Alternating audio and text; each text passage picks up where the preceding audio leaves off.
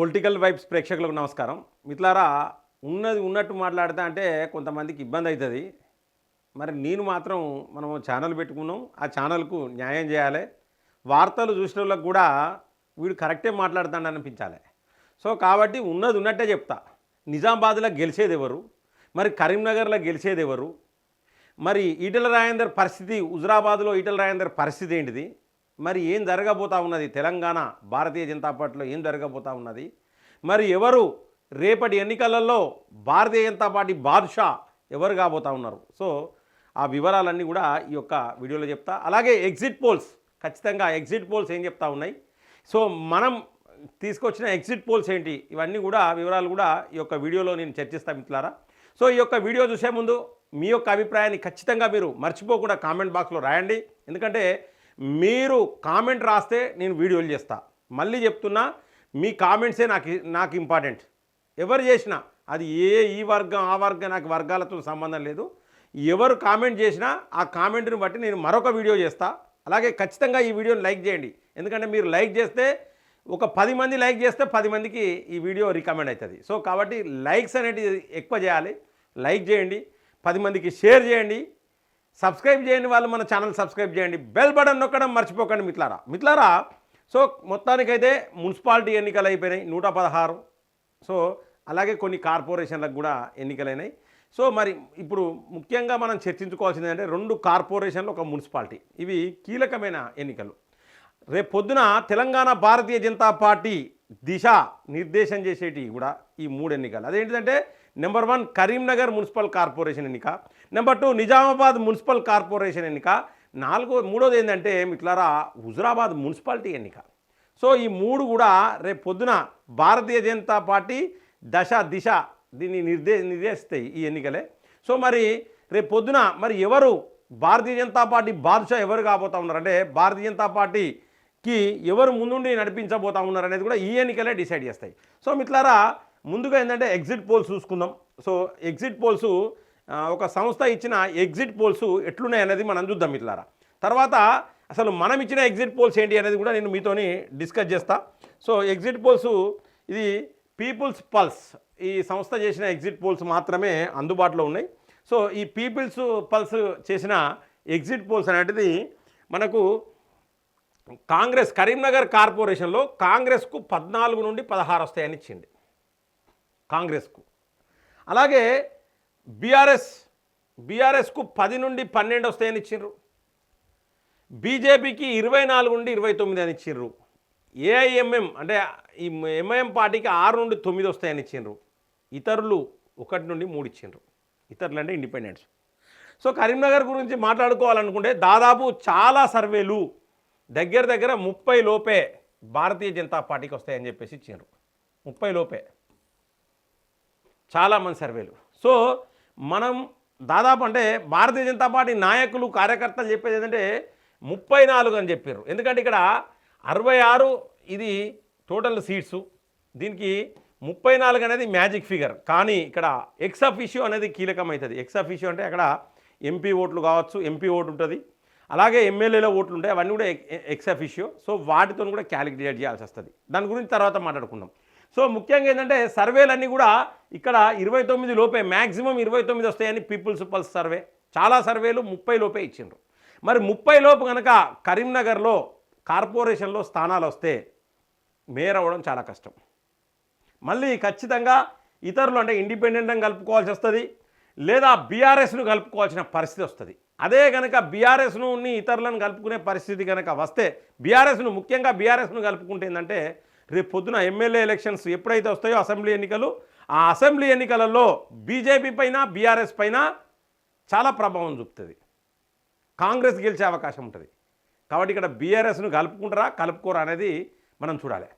ఇది number 1 point. ఇంకోటి ఏంటంటే ఇక్కడ ముఖ్యంగా ఏంటంటే ఈ సర్వేలు కూడా ఇక్కడ వచ్చిన సమస్య ఏంటంటే బేతి మహేందర్ రెడ్డి అంశం కూడా చాలా పెద్ద అంశం అయిపోయింది. బేతి మహేందర్ రెడ్డి అని అక్కడ టౌన్ ప్రెసిడెంట్గా చేసిండ్రు. సో అతని అంశం కూడా చాలా పెద్ద ఎత్తున అతను మళ్ళీ జనసేన పార్టీ నుంచి వెళ్ళి టికెట్ తెచ్చుకొని నిలబడ్డాడు కార్పొరేటర్గా.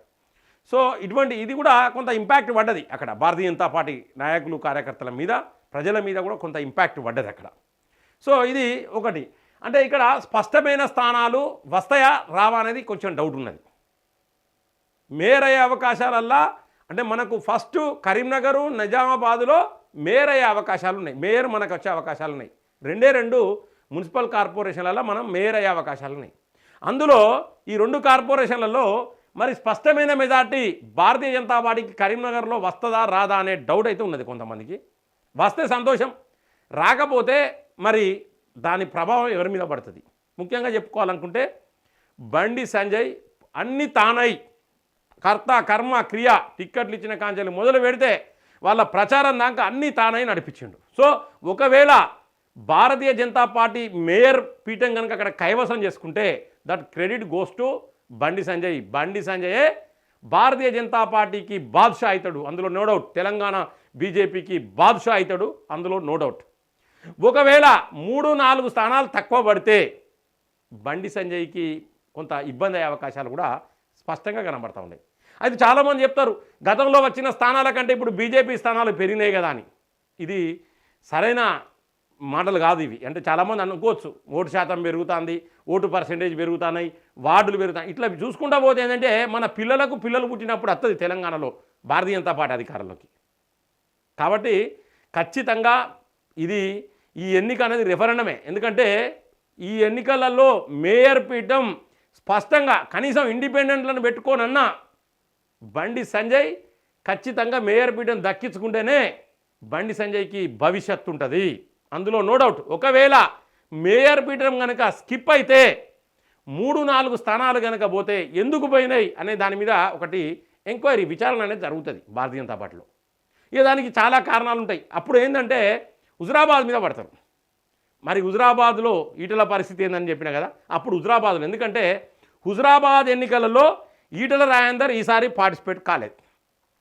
హుజురాబాద్లో టికెట్లు కూడా ఈటల రాజేందర్ ఇవ్వలే, ఆయన కాన్స్టిట్యున్సీ అయినప్పటికీ ఇవ్వలేదు. చాలామంది అంటారు ఆయన కాన్స్టిట్యున్సీ ఇక్కడ కాదు కదా, ఆయన ఎంపీ మల్కాజిగిరి కదా అంటారు. మరి ఎంపీ మల్కాజిగిరి అయినప్పుడు పరకాల్లో కూడా ఇక్కడ ప్రచారం చేసిండు ఈటల రాజేందర్. ఇక్కడ కొంత ఫెమిలియర్ ఫేసులు, కొంత పొలిటికల్ సెలబ్రిటీ ఫేసులు ఎవరంటే ఈటల రాజేందర్, ధర్మపురి అరవింద్, రఘునందన్ రావు, బండి సంజయ్, కిషన్ రెడ్డి, వీళ్ళందరూ కూడా ఎక్కడైనా తిరగవచ్చు. వీళ్ళు ఇక్కడికే పరిమితం అని ఏం లేదు. పోతే హుజురాబాద్లో స్ట్రాంగ్ ఎవరంటే ఈటల రాజేందర్. సో ఆయనను ఉపయోగించుకోలేదు భారతీయ జనతా పార్టీ అనేది చర్చ బలంగా వినబడతా ఉన్నది హుజురాబాద్లో. సో హుజురాబాద్లో మిత్రులారా 30 స్థానాలు ఉన్నాయి. ఇప్పుడు బీజేపీ నాయకులు చెప్పేది ఏంటంటే 8-9 స్థానాలకు వెళ్తామని చెప్తా ఉన్నారు. అదే ఈటల రాజేందర్ టికెట్లు ఇచ్చి ఈటల రాజేందర్ అక్కడ ఫీల్డ్ మీద తిరిగితే ఖచ్చితంగా ఇక్కడ చైర్మన్ కైవసం చేసుకును అనేది హుజురాబాద్లో ఒక టాక్. హుజురాబాద్లో ఈటల రాజేందర్ టికెట్లు ఇచ్చి హుజురాబాద్లో ఈటల రాజేందర్ తిరిగితే ఖచ్చితంగా భారతీయ జనతా పార్టీ చైర్మన్ పీఠం కైవసం చేసుకును. 16కు పైన 16 నుంచి వెళ్ళి 18కి పైన స్థానాలు భారతీయ జనతా పార్టీ గెలుసు అనేది టాక్. అక్కడ చర్చ జోరుగా తాగుతూ ఉన్నది. మరి ఈటల రాజేందర్ అక్కడ ఎందుకు రాలేదు, ఇవన్నీ వివరాలు మీరు కామెంట్ బాక్స్లో రాయాలి. ఈటల రాజేందర్ ఫోటో కనీసం ఫ్లెక్సీలలో పెట్టలేదు, దాని మీద కూడా చర్చ జరిగింది. ఈటల రాజేందర్ను ప్రచారంలో తిప్పలేదు, ఈటల రాజేందర్ను అసలు ఈటల రాజేందర్ టికెట్లు ఇవ్వలేదు. ఈటల రాజేందర్ సంబంధించి ఈటల రాజేందర్తో పాటు భారతీయ జనతా పార్టీలోకి వచ్చిన వాళ్ళకు కూడా ఎవరికి కూడా టికెట్లు రాలేదు అక్కడ. మరి ఇవన్నీ కూడా కారణాలు కనబడతా ఉన్నాయి. సో కాబట్టి ఒకవేళ 2-3 స్థానాలతో కనుక మేయర్ పీఠం కనుక చేయి జారిపోతే కరీంనగర్లో ఖచ్చితంగా, ఎందుకంటే బండి సంజయ్ హుజురాబాద్లో ఇన్వాల్వ్ అయ్యిండు, కావాల్సిన అవసరం లేకుండే అక్కడ. ఒకవేళ బండి సంజయ్ హుజురాబాద్లో ఇన్వాల్వ్ అయితే కేంద్ర మంత్రి అంతటా తిరగచ్చు. కానీ ఈటల రాజేందర్ను కలుపుకొని పోవాల్సింది. ఈటల రాజేందర్ను కలుపుకొని పోకపోవడం వల్లనే ఆడ 3 స్థానాల్లో 4 స్థానాల్లో పోయినాయి. అలాగే ఇక్కడ హుజురాబాద్లో ఇంపాక్ట్ పడ్డది. అంటే 2 దిక్కుల ఇబ్బంది అయింది. ఒకవేళ బండి సంజయ్ కనుక ఈటల రాజేందర్ని కలుపుకొని పోతే అటు కరీంనగర్లో గెలుసు, ఇటు హుజురాబాద్లో గెలిచిన టాక్ వస్తుంది ఖచ్చితంగా. అంటే దాని ప్రభావం అనేది ఒక్క 3-4 సీట్లతో కనుక పోతే బండి సంజయ్ మీద ప్రభావం ఉండే అవకాశం కనబడుతుంది. ఇది చర్చ మిత్రులారా, ఎవరికో వ్యతిరేకంగా మాట్లాడేది కాదు, ఎవరో చెప్తే మాట్లాడేది కాదు, ఎవడు పడితే వాడు ఏది పడితే చెప్తే మాట్లాడటం కాదు. ఇది చర్చ. నేను ఒక రాజకీయ విశ్లేషకునిగా చెప్తా ఉన్నా. ఎందుకంటే 2-3 సీట్లతో కనుక మేయర్ పీఠం కరీంనగర్లో చేయి జారిపోతే దాని ప్రభావం బండి సంజయ్ మీదనే పడుతుంది. ఒకవేళ అక్కడ మేయర్ పీఠం కనుక కైవసం చేసుకుంటే ఇక తెలంగాణ మొత్తం భారతీయ జనతా పార్టీకి బాద్షా ఎవరయ్యా అంటే బండి సంజయ్ వస్తుంది, ఇందులో నో డౌట్. ఇది హుజురాబాదు కరీంనగర్కు సంబంధించిన అంశం. ఇక పోతే నెక్స్ట్ నిజామాబాద్. సో మిత్రులారా, ఇది నిజామాబాద్కు సంబంధించిన అంశం కూడా మనం మాట్లాడుకోవాలి. సో నిజామాబాద్లో అంటే ఇంకొకటి మనకు కరీంనగర్కు నిజామాబాద్కు కూడా తేడా చెప్పాలి మిత్రులారా. సో కరీంనగర్లో 66 ఉంటే నిజామాబాద్లో 60 స్థానాలే ఉన్నాయి. కరీంనగర్లో ఇక్కడ ఎంఐఎం ప్రభావం తక్కువ, ఏది నిజామాబాద్తో కంపారిజన్. నిజామాబాద్లో 16 సీట్లు ఎంఐఎం గెలిచే అవకాశం ఉన్నది. అక్కడ ఫైట్ అనేది ఎంఐఎంకు ఉన్ని భారతీయ జనతా పార్టీకి అక్కడ ఫైట్ ఉన్నది. సో ఇక్కడ అట్లా కాదు, ఇక్కడ బీఆర్ఎస్ కాంగ్రెస్ తర్వాతనే ఎంఐఎం అంటే ఎంఐఎంకు ఇక్కడ 16 సీట్లు లేవు, 8-9 లోపే ఎంఐఎం సీట్లు ఉంటాయి కరీంనగర్లో. సో కాబట్టి ఎంఐఎం సీట్లు తక్కువ, అంటే ఆవలీలాగా చాలా ఈజీగా గెలిచే కరీంనగర్ సెగ్మెంట్లో మరి ఖచ్చితంగా కరీంనగర్లో దాదాపు సర్వేలన్నీ కూడా కరీంనగర్ మేయర్ పీఠం కైవసం చేసుకుంటుంది బీజేపీ ఉన్నది. కనీసం ఇండిపెండెంట్స్తోనన్నా మేయర్ పీఠం కైవసం చేసుకుంటే that credit goes to Bandi Sanjay గారు. లేకపోతే మాత్రం హుజురాబాద్ పోవడానికి కరీంనగర్ పోవడానికి కూడా కారణం బండి సంజయ్ అవుతాడు. ఇది రాజకీయ విశ్లేషకులు చెప్పేది, నేను కూడా చెప్తా ఉన్నా, తప్పేం చెప్పట్లేదు మిత్రులారా. కానీ ఏది ఏమైనప్పటికీ నేను ఆడ కరీంనగర్లో మేయర్ పీఠం కైవసం చేసుకోవాలని ఆ భగవంతుని కోరుకుంటున్నాను. ఇది ఒకటి. ఇక పోతే ఈ హుజురాబాద్కు సంబంధించి మిత్రులారా 60 స్థానాలు ఉంటాయి.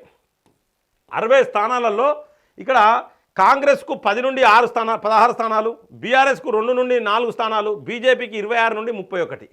సో ఇక్కడ మ్యాజిక్ ఫిగర్ 31, కానీ 31 కంటే ఎక్కువ రావాలి మిత్రులారా, 33, 34 రావాలి. ఎందుకంటే ఎక్సాఫిషియో లెక్క ఖచ్చితంగా కూడా ఇక్కడ ధర్మపురి అరవింద్కు ఒక పాజిటివ్ ఒక లాభం ఏమున్నదంటే ఇక్కడ ధర్మపురి అరవింద్కు ఎక్సాఫిషియో ఎంపీ ఆయననే, 2 ఎమ్మెల్యేలు ఉన్నారు, 3 ఉన్నాయి, ఇవి ఓంగా 2 ఎమ్మెల్సీలు ఉంటాయి. సో 5 అంటే ఇది బాగా కలిసి వచ్చే అంశం. అంటే ఎట్టి పరిస్థితుల్లో అంటే నిజామాబాద్లో కూడా ఖచ్చితంగా మేయర్ పీఠం కైవసం చేసుకునే అవకాశం అయితే చాలా స్పష్టంగా కనబడతా ఉన్నది. ఒకవేళ ఫెయిల్ అయినా బీఆర్ఎస్తో కల్పన చేయాలి, లేకపోతే ఎవరైనా ఇండిపెండెంట్ వస్తారన్న చేయాలి. కాంగ్రెస్ ఎంఐఎంతోనైతే కలిసేది లేదు, కాబట్టి దాదాపు చేయాలి. ఒకవేళ స్కిప్ అయింది అనుకోండి, మేయర్ పీఠం స్కిప్ అయినా ఇక్కడ ధర్మపురి అరవింద్కి వచ్చిన ప్రాబ్లం ఏం లేదు. ఇక్కడ ఈటల రాజేందర్ కలిసి అంటే ఒకవేళ మేయర్ పీఠం కనుక అంటే ఇది అవుట్ రైట్ గేమ్ అంటారు దీన్ని. Out right game Bandi Sanjay out right game ఆడిండి. ఇక్కడ కరీంనగర్లో మేయర్ పీఠం ఖచ్చితంగా కొట్టాల్సిందే బండి సంజయ్, ఖచ్చితంగా కొడతానే ఉద్దేశంతోనే, మామూలు ప్రచారం కాదు మిత్రులారా. అసలు అది మున్సిపల్ ఎన్నికల ప్రచారంలాగా లేదు, పార్లమెంటు కంటే మించిన ప్రచారం ఉన్నది, ఎమ్మెల్యే ఎలక్షన్ల కంటే మించిన ప్రచారం ఉన్నది. నేను ఎప్పుడు చూడలే అంత ప్రచారం. సో కరీంనగర్ చరిత్రలోనే బండి సంజయ్ ప్రచారం మామూలుగా లేదు. ఎక్కడెక్కడ నుండి ఎవరెవరో వచ్చిండ్రో వేరే రాష్ట్రాలకు వెళ్ళి కూడా వచ్చి ప్రచారం చేశారు. సో అంత పెద్ద ఎత్తున ప్రచారం జరిగింది. వార్తాపత్రికలన్నీ కూడా సోషల్ మీడియా మొత్తం కూడా బండి సంజయ్కే జై కొట్టినాయి. బండి సంజయ్ పాటలు కూడా దద్దరిల్లిపోయినాయి. జనాలు కూడా ఇసుకబోతే రాలని జనం ప్రచారంలో. సో అంత జనాన్ని సమీకరించిండు. సో ఏది ఏమైనప్పటికీ తెలంగాణ ఖచ్చితంగా బాద్షా కావాలనే ఉద్దేశంతోనే బండి సంజయ్ ఆ నిర్ణయాలు తీసుకున్నాడు. మరి ఖచ్చితంగా మరి మేయర్ పీఠం కరీంనగర్లో మేయర్ పీఠం దక్కుతుందా, అలాగే నిజామాబాద్లో మేయర్ పీఠం ధర్మపురి అరవింద్ దక్కుతుందా? ఒకవేళ కరీంనగర్లో మేయర్ పీఠం స్కిప్ అయితే ధర్మపురి అరవింద్ బాద్షా అవుతాడు. భారతీయ జనతా పార్టీకి తెలంగాణ భారతీయ జనతా పార్టీకి బాద్షా ధర్మపురి అరవింద్ అయ్యే అవకాశం ఉంటుంది. ఇది 100% ఇది ఒక కరెక్ట్ విశ్లేషణ మిత్రులారా. సో దీనిలో ఎటువంటి రాజకీయ ఒత్తులు కానీ ఎవరు చెప్పడం కానీ దాని ప్రకారంగా నేను విశ్లేషణ చేయను. మీ యొక్క అభిప్రాయాన్ని ఏది ఉంటే అది క్లారిటీగా మీ యొక్క అభిప్రాయాన్ని కామెంట్ బాక్స్లో రాయండి.